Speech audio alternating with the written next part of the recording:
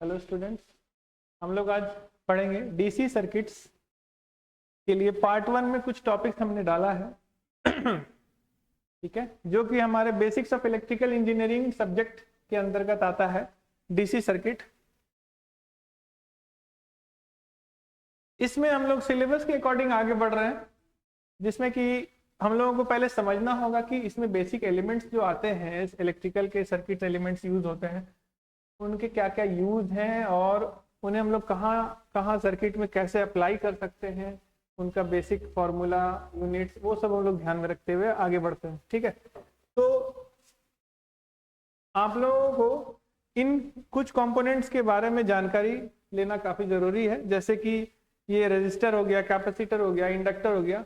ये सभी कंपोनेंट्स के बारे में हम लोग थोड़ा थोड़ा नेक्स्ट स्लाइड्स में देखते हुए चलेंगे।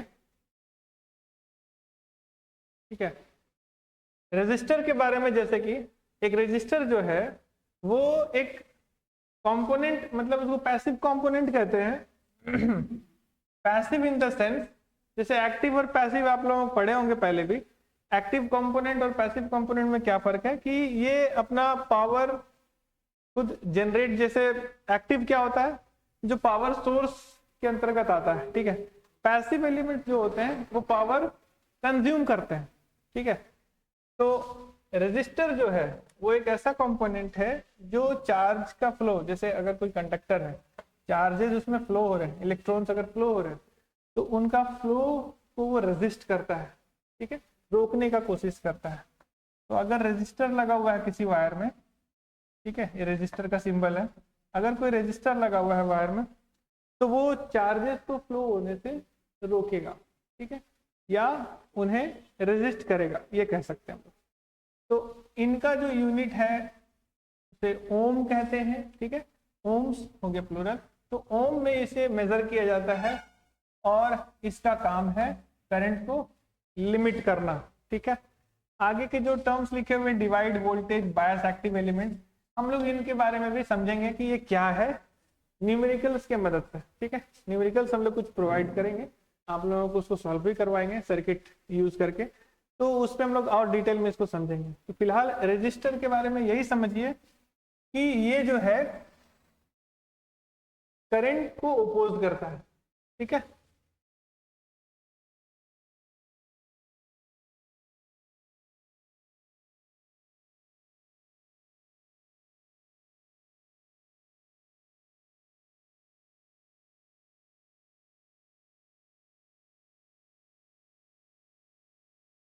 नेक्स्ट स्लाइड में जाते हैं। कैपेसिटर, ये जो कंपोनेंट है, ये कंपोनेंट जो है वो चार्ज को स्टोर करता है। ठीक है, चार्ज को स्टोर इन द सेंस कि अगर ये कैपेसिटर का ये सिंबल है, अगर हम कैपेसिटर को किसी सप्लाई के अगेंस्ट या सप्लाई के अक्रॉस हम लोग कनेक्ट करते हैं, तो वो जब सप्लाई प्रोवाइड करते हैं तो चार्जेस जो है इस प्लेट पे स्टोर हो जाते हैं। ठीक है, इसका डिटेल डिस्क्रिप्शन हम लोग किसी और वीडियो में बताएंगे, बट यहाँ पे अभी इसका नेसेसिटी नहीं है। हम लोगों को आगे सर्किट के बारे में हम लोग न्यूमेरिकल्स में और डिटेल से समझेंगे। ठीक है, फिलहाल हम लोग को डीसी सर्किट्स के बारे में पढ़ना है। तो डीसी सर्किट्स में कैपेसिटेंस का यूज लिमिटेड है। ठीक है, एसी सर्किट में हम लोग इससे डिटेल में पढ़ेंगे। तो अभी फिलहाल डीसी सर्किट में आप ये समझिए कि ये जो सप्लाई देते हैं, तो जितने भी वोल्टेज अप्लाई किया जाएगा एक डीसी सर्किट में, ये उस वोल्ट को होल्ड करके चार्ज को एक्वायर करके रखेगा। ठीक है, फर्दर इस चार्ज को हम लोग फिर से यूज कर सकते हैं, मतलब ये एज अ बैटरी जैसा काम कर सकता है। ठीक है, मतलब जितने भी वोल्ट हम लोग अप्लाई करेंगे वो धीरे धीरे इस पे स्टोर होता चला जाएगा। इसका यूनिट है फैराड। कैपेसिटेंस को हम लोग मेजर करते हैं फैराड से, और फैराड चूंकि बहुत बड़ा यूनिट है, तो हम लोग ज्यादातर माइक्रो या पिको फैराड में काम करते हैं। ठीक है, nano farad, pico farad, micro farad, इन सभी यूनिट्स में हम लोग इसे यूज करते हैं।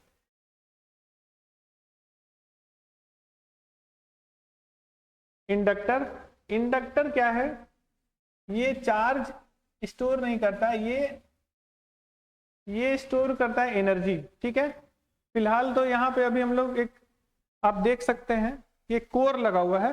ठीक है, जनरली ये इस शेप का होगा, कोई ऐसा कंपल्सन नहीं है, कॉइल का फॉर्म में होता है, और कॉइल हम लोग किसी भी फॉर्म में अरेंज करके रख सकते हैं। यहाँ पे आपको एक सोलेनॉइड जैसा दिख रहा है। ठीक है, तो ये जो कॉइल है, कॉइल का ही जो फॉर्मेशन है, इस पे जैसे हम लोग अगर सप्लाई अटैच करते हैं, तो जब इस पे करंट फ्लो होता है, करंट फ्लो होने पे एक मैग्नेटिक फील्ड इसमें इंड्यूस होता है, और उसके वजह से यहाँ पे एक एनर्जी स्टोर होता है मैग्नेटिक फील्ड के फॉर्म में, और फिर उसे हम यूज करते हैं।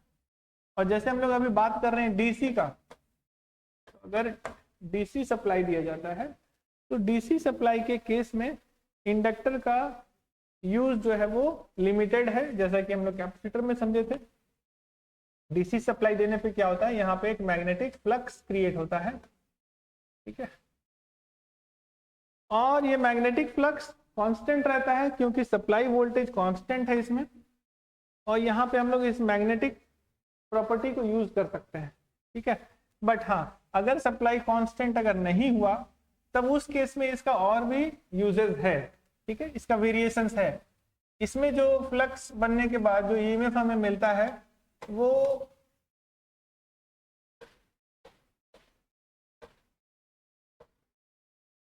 -n d∅dt कुछ इस फॉर्म में होता है।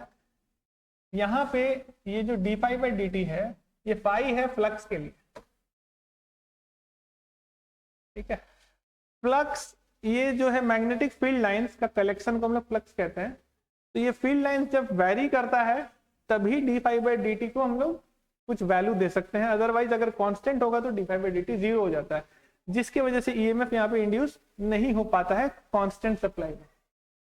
तो इससे क्या पता चल रहा है कि हम लोग जब एसी सप्लाई देंगे, तभी जाके यहाँ पे एक ईएमएफ या कुछ भी वेरिएशन जब प्रोवाइड करते हैं, तभी जाके ईएमएफ यहाँ पे इंड्यूस होता है। डीसी सप्लाई के लिए इसका यूजेज लिमिटेड है। ठीक है, इसका यूनिट है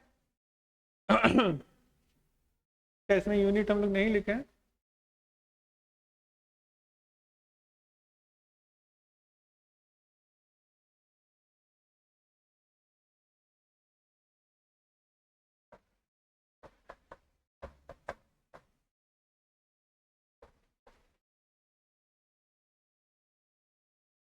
इंडक्टेंस के लिए।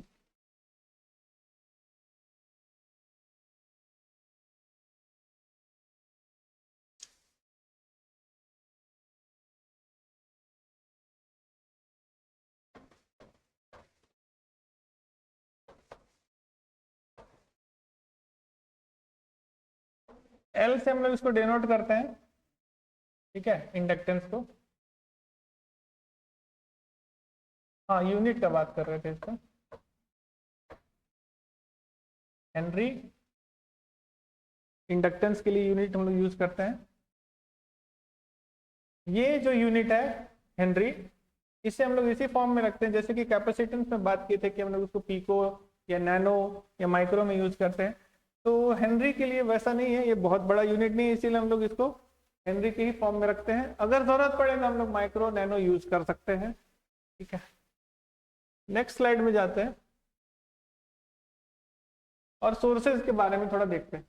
सोर्सेज क्या है, जितने भी सोर्सेज है उसमें टाइप्स हैं वोल्टेज और करंट सोर्सेज में, डिपेंडेंट और इंडिपेंडेंट। जो हमारे मेन अभी हम लोग जो को पढ़ना है, डिपेंडेंट और इंडिपेंडेंट में वैरी करते हैं वो। ठीक है, वोल्टेज सोर्सेज जो हैं इसमें भी इंडिपेंडेंट और डिपेंडेंट है, करंट सोर्सेज में भी इंडिपेंडेंट और डिपेंडेंट सोर्स है। ठीक है,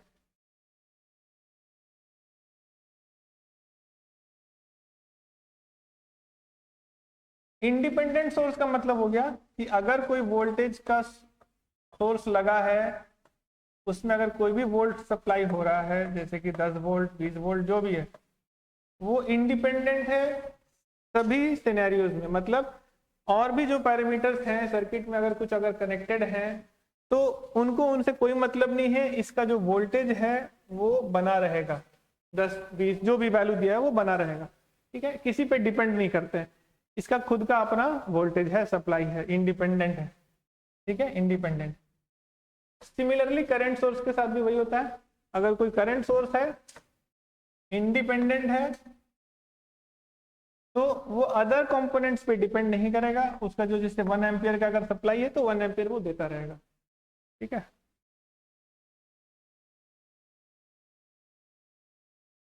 अब आते हैं डिपेंडेंट में, तो डिपेंडेंट जो है वो डिपेंड करेगा अदर सोर्सेस पे, या तो ठीक है, या तो करंट पे डिपेंड करेगा या तो वोल्टेज पे डिपेंड करेगा, ठीक है। करंट पे अगर डिपेंड करता है तो उसका नाम हो जाएगा करंट डिपेंडेंट वोल्टेज सोर्स, अगर वोल्टेज पे डिपेंड करेगा तो वोल्टेज डिपेंडेंट वोल्टेज सोर्स, ठीक है। अगर करंट सोर्स है तो सेम नाम करंट सोर्स के लिए भी है, current dependent current source, voltage dependent current source, ठीक है। तो ये डिपेंडेंट सोर्सेज है, तो कैसे डिपेंड करते हैं वो, उनका सिंबल भी अलग हम लोग यूज करते हैं, कुछ इस तरह का सिंबल होता है, ठीक है। वोल्टेज सोर्स है तो इसी में हम लोग वोल्टेज का सिंबल यूज करेंगे प्लस माइनस, और अगर करंट सोर्स है तो एरो का सिंबल हम लोग यूज करते हैं, ठीक है। और जो भी डिपेंडेंसी है जिस पे भी ये डिपेंड करते हैं उसका यहाँ पे हम लोग फॉर्म लिख देते हैं, ठीक है। जैसे कि अगर ये वोल्टेज सोर्स है और वोल्टेज पे डिपेंड करता है तो कोई भी सर्किट में किसी भी कंपोनेंट का अगर कुछ वोल्टेज है, मान लेते हैं एक रजिस्टर है इसका कुछ वोल्टेज है, ठीक है, मान लेते हैं V है, तो ये V पे डिपेंड कर रहा है, तो इसका कुछ मान लेते हैं 2V लिख दिया जाए, तो इसका वोल्टेज क्या होगा, double of this voltage. Similarly current source के साथ भी ऐसा ही होता है, तो ये क्या, ये डिपेंड कर रहा है किसी और कंपोनेंट पे, ठीक है। तो इस तरह से सोर्सेज होते हैं।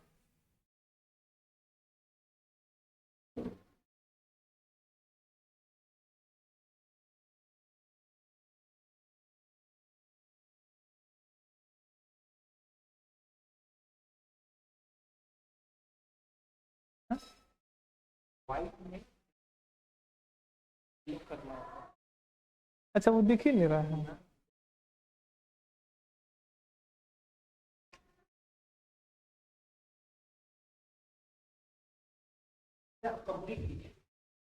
कोई बात नहीं, नजर ही नहीं है तो फिर कोई बात नहीं सर, 10 मिनट में टाइम बर्बाद हो लेकिन कोई दिक्कत नहीं। हाँ, नेक्स्ट स्लाइड में हम लोग देखते हैं ओम्स लॉ, ठीक है। ओम्स लॉ जो है सबसे बेसिक लॉ है इलेक्ट्रिकल इंजीनियरिंग या इलेक्ट्रिकल पॉइंट ऑफ व्यू से सबसे बेसिक लॉ है जिसको हर किसी को आना चाहिए जो इलेक्ट्रिकल का पढ़ाई कर रहा है।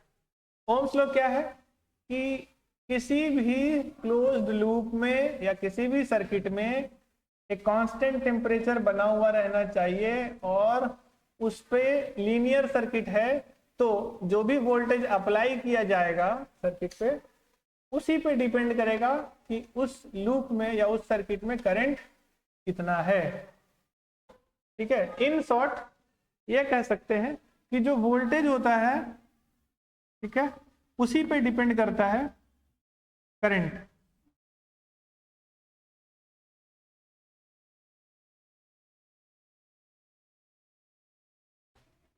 तो हम लोग लिख सकते हैं I is directly proportional to V in any circuit. ये ओम्स लॉ का बेसिक फंडा है। तो करंट जो है उसको अगर बदलना चाहें तो वोल्टेज को बढ़ाइए, करंट बढ़ेगा, वोल्टेज को कम करें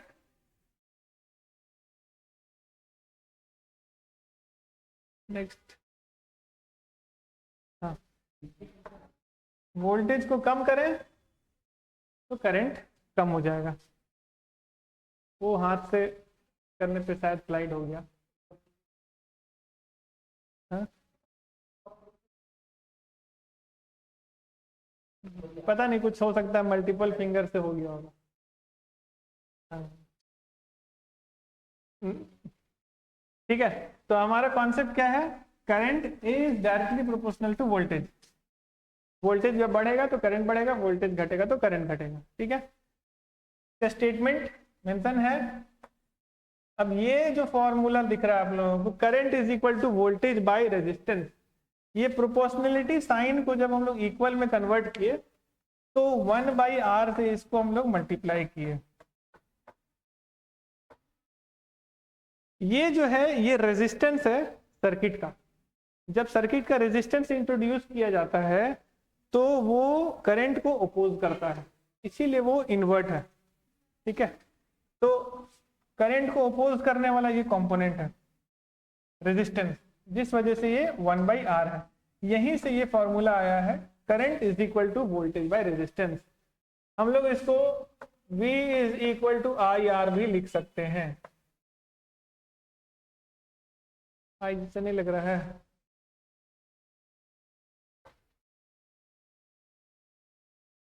ठीक, ये जो ट्रायंगल दिख रहा है आप लोगों को, इससे आप VIR का रिलेशन निकाल सकते हैं। अगर I का वैल्यू चाहिए तो V/R, R का वैल्यू चाहिए तो V/I, V का वैल्यू चाहिए तो IR। ठीक है, I का वैल्यू चाहिए तो V/R ट्रायंगल के हिसाब से, V का वैल्यू चाहिए तो IR, R का वैल्यू चाहिए तो V/I। बेसिक मैथमेटिक्स है, तो ये आपको हेल्प करेगा याद रखने के लिए फॉर्मूला को तीनों के तरीके से। आगे बढ़ते हैं। किरचॉफ्स लॉ, KCL और KVL, दो लॉ हम लोगों को पढ़ना है। ये पहला लॉ है, ये दूसरा लॉ है, जो कि ओम्स लॉ पे बेस्ड है, और ये सबसे बेसिक लॉ है जो कि किसी नेटवर्क को सॉल्व करने में हेल्प करता है। ठीक है, पहला लॉ जो है किरचॉफ्स करंट लॉ, ये कहता है कि किसी भी नोड या जंक्शन में, मान लीजिए 4-5 तार यहाँ पे जुड़ा है एक साथ, और सभी में कुछ करंट अंदर आ रहा है या बाहर जा रहा है, I1, I2, I3, I4, I5, 5 current अगर हम लोग मान लेते हैं तो ये डायग्राम विजिबल है ना? तो इसमें भी देख सकते हैं आप लोग I1, I2, I3, I4, I5 5 current दिखाया गया है, जिसमें से कि 3 करंट अंदर की ओर है नोड की तरफ, 2 करंट बाहर है। तो अकॉर्डिंग टू KCL जो अंदर आ रहा है current I1 plus I2 plus I3 will be equal to I4 plus I5। ये KCL का कहना है। ठीक है, I1 plus I2 plus I3 is equal to I4 plus I5, मतलब total incoming current will be equal to total outgoing current in any node और junction. ठीक है, किसी भी जंक्शन या नोड पे अंदर आता हुआ करंट बाहर जाता हुआ करंट के बराबर होगा हमेशा। एग्जिटिंग एंटरिंग को अगर जोड़ दिया जाए तो 0 हो जाएगा। बात एक ही है। नेक्स्ट स्लाइड पे चलते हैं, KVL की ओर। ठीक है, KVL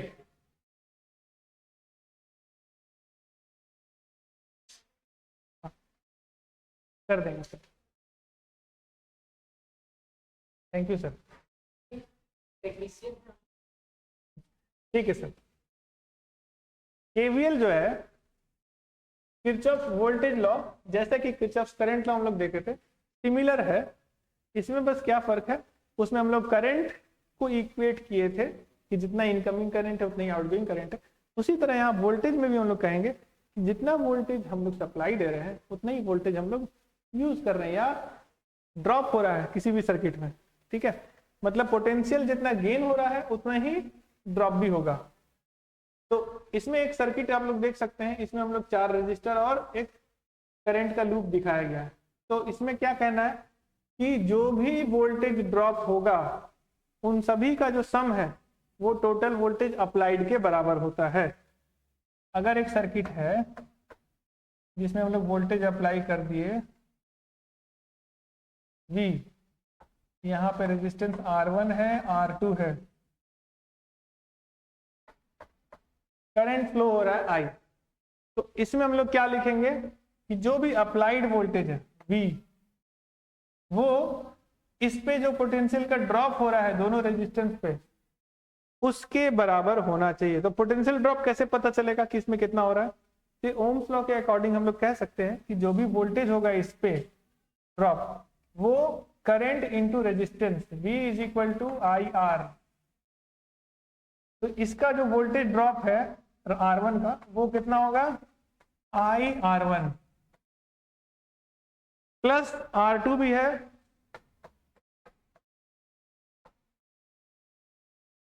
तो वोल्टेज जितना भी हम लोग अप्लाई किए हैं वो किसके बराबर होना चाहिए? वोल्टेज ड्रॉप के बराबर, जो आई R1 प्लस आई R2 है यहाँ पे। तो ये है KVL। तो KVL का कॉन्सेप्ट है कि जितना वोल्टेज हम लोग अप्लाई किए हैं उतना ही ड्रॉप होना चाहिए। इसको दूसरे तरीके से लिख सकते हैं आप कि एल्जेब्रिक सम, यहाँ पे देख सकते हैं, algebraic sum of the voltage drop equals the algebraic sum of the voltage sources. मतलब जितना भी ड्रॉप हो रहा है उसका सम और वोल्टेज जो अप्लाई किए उसका सम, वो सबको मिला दिया जाए तो वो इक्वल हो जाएगा। ठीक है। तो अगर मल्टीपल वोल्टेज होता तो हम लोग उसका भी एल्जेब्रिक सम ले लेते। यहाँ पे एक ही सोर्स हम लोग दिखाए इसीलिए एक ही है। मल्टीपल होता तो सबका एल्जेब्रिक सम ले लेते। एल्जेब्रिक सम बोलने का मतलब ये होता है कि उसका साइन पे ध्यान रखना है, पॉजिटिव है या नेगेटिव है उसको ध्यान रखना है, क्योंकि कहीं कहीं पे क्या होता है वोल्टेज का साइन कहीं पर रिवर्स होता है, तो वहां पे हम लोग को कहीं सब्ट्रैक्ट करना पड़ेगा, कहीं पे ऐड करना पड़ेगा। वो हम लोग आगे न्यूमेरिकल्स वगैरह बनाएंगे तो उसमें और क्लियर हो जाएगा। ठीक है।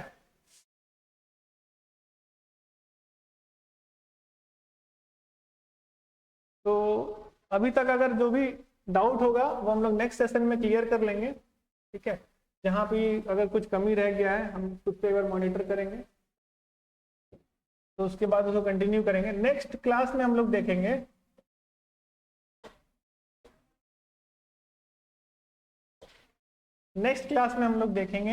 Network theorem.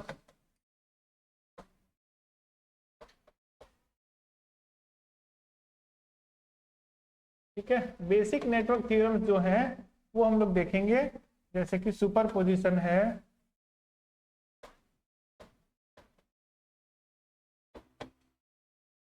थेवेनिन्स है, नॉर्टन्स, और भी देख लेंगे अकॉर्डिंग टू सिलेबस। जितने भी कोर्सेज या जितने भी और थ्योरम्स हैं उन सभी को हम लोग उस पर कवर करेंगे अगले क्लास में। ठीक है। फिलहाल के लिए थैंक यू।